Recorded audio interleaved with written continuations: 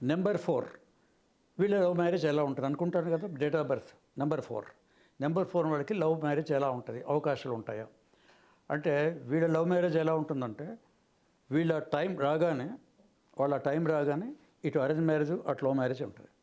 వీళ్ళు ఏం చేస్తారు, అరేంజ్ బెనిఫిటా లేకపోతే love benefit point of view ఆలోచిస్తారు. చాలామంది చూసే ఉంటారు ఇప్పుడు సొసైటీలో. ఇక్కడ అరేంజ్ మ్యారేజ్ చేసుకుంటే ఇక్కడ ఎక్కువ కట్టినప్పుడు ఎక్కువ డబ్బులు వస్తాయంటే మొక్కిడి పోతారు, లవ్ మ్యారేజ్ పక్కన పెట్టేస్తారు.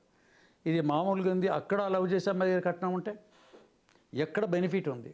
ఇక్కడ ఎంప్లాయీ అమ్మాయి ఉందా, ఏం చేసుకుంటా, లవ్ చేసుకోవాలి, అమ్మాయికి జాబే లేదు, ఇక్కడ అరేంజ్ మ్యారేజ్ ఉంది, మంత్లీ అమ్మాయి శాలరీ వస్తుంది. ఈ లెక్కలు వేసుకుంటాడు. అంటే క్యాలిక్యులేటెడ్ లవ్ అంటారు. దీన్ని కొత్త పేరు పెట్టాలంటే నెంబర్ 4 లెక్క వేసుకొని వీళ్ళు చేస్తారు. ఎక్కడ ఉంటే మటుకు అక్కడ చేయటం వస్తుంది. ఆ తర్వాత ఆటోమేటిక్గా లవ్ మ్యారేజ్ అన్నది వీటి మీద డిపెండ్ అయి ఉంటుంది. చేసుకుంటారా లేదా అన్నది ఈ డిపెండ్ అపాన్ ద ఎటువైపు ఉందా చూసుకుంటారు. లవ్ మ్యారేజ్ బెనిఫిట్ అరేంజ్ చూసుకుంటారు. ఎక్కడ ఉందంటే అక్కడ మొత్తానికి అక్కడ మటుకు లవ్ మ్యారేజ్ ఎంటర్ అయిపోతారు. 50% కూడా ఛాన్సెస్ ఉంటాయి. ఓన్లీ 50% మ్యారేజ్ చేసుకోవటం అనేది 50% ఉంటుంది. అది నెంబర్ 4. ఇంతగా నెంబర్ 4 ఎవరు, 4th డేట్ కానీ 13 డేట్ కానీ 22 కానీ 31 ఈ డేట్లో పుట్టిన వాళ్ళకు నెంబర్ 4లే మిత్రమా.